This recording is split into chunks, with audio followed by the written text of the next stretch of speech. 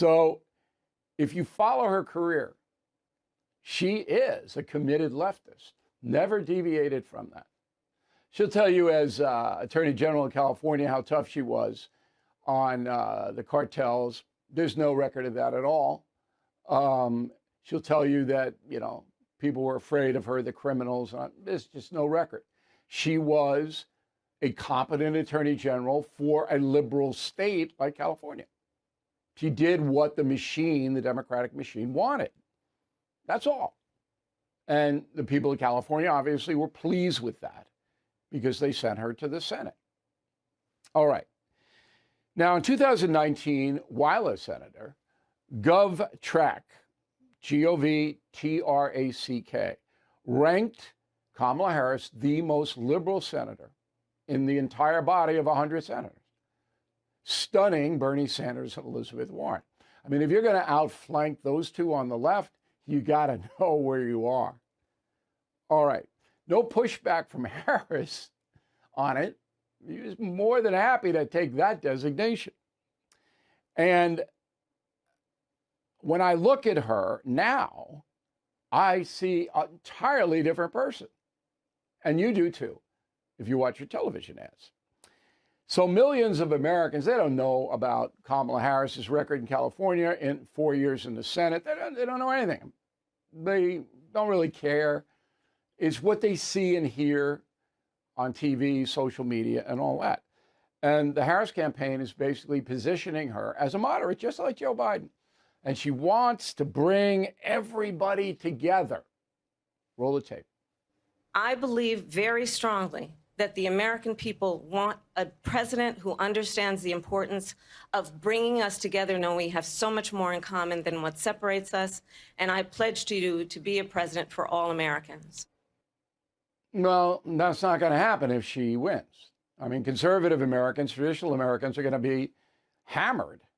I mean, just for example, Kamala Harris believes in her heart, again, separating her from Biden, who doesn't have any beliefs, she believes that minors under the age of 18 should be able to get an abortion without their parents knowing. Not going to bring Americans together? No. She will go after affluent Americans and businesses, trying to take as much money from them in a variety of different ways as she can. Not going to bring the country together? No. And I could give you 20 more things. All right? So I am sounding the alarm that what the Harris campaign is putting out there, just like what the Biden campaign put out there, is deceptive.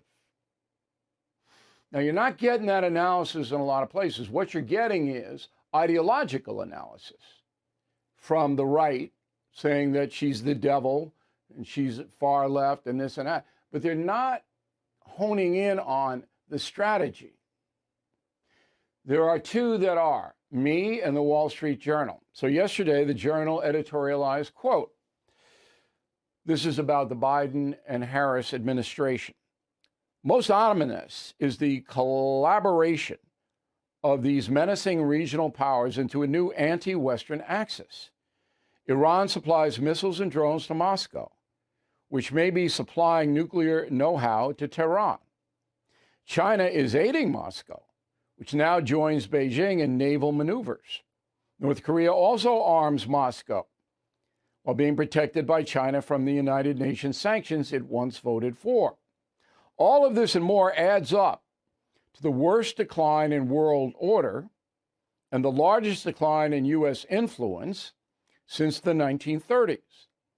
Yet Mr. Biden continues to speak and act as if he's presided over an era of spreading peace and prosperity. Unquote, September 23rd. Kamala Harris has cheerleaded that entire thing. All right? She has not given any specific solutions to the rise of Iranian power because Biden downgraded the sanctions against Iran. And we've seen what happened. All right? The rise of Hamas and Hezbollah in aggressiveness.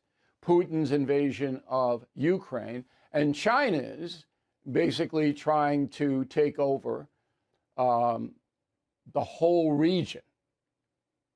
We have heard not one thing from Kamala Harris about that because she's not interested in that. She's interested in promoting socialism or socialist tenets in the United States. That is her primary interest. Okay. So this week, the Defense Department announced sending more U.S. troops to the Middle East because war there is a very real possibility. I mean, real war between nations. I don't think that's going to happen. I don't think Iran wants its ports bombed and wants all its oil tankers sunk, which is what Israel would do to it. So I don't think it's going to happen. But the Defense Department is moving U.S. personnel into the area. Like, that's under Biden and Harris. So many Americans are so clueless about geopolitics, they have no idea. They don't watch this broadcast. They don't listen to me on the radio. Don't read my books. They live in a cyber world. I talk about deceit, my God, but they're comfortable living there. They believe what they want to believe based on nothing. Those people are going to vote. And that's what the Harris campaign is counting on, that they'll see the television ads like, oh, look how nice she looks. Look, yeah, she's not, boy, I tell you. So let me wrap up the memo. Vice President Kamala Harris is the most radical presidential candidate in history, worse than Eugene Debs, DEBS, look him up. It's not even close. The most radical leftist candidate in history. I know what I'm talking about. You know, Confronting the President sold more than 100,000 copies in less than 2 weeks. Okay, I know what I'm talking about. Nobody even approaches her. Do you think all these people who are supporting Harris know that? Only a small sliver do. And that's dangerous. And that's the memo.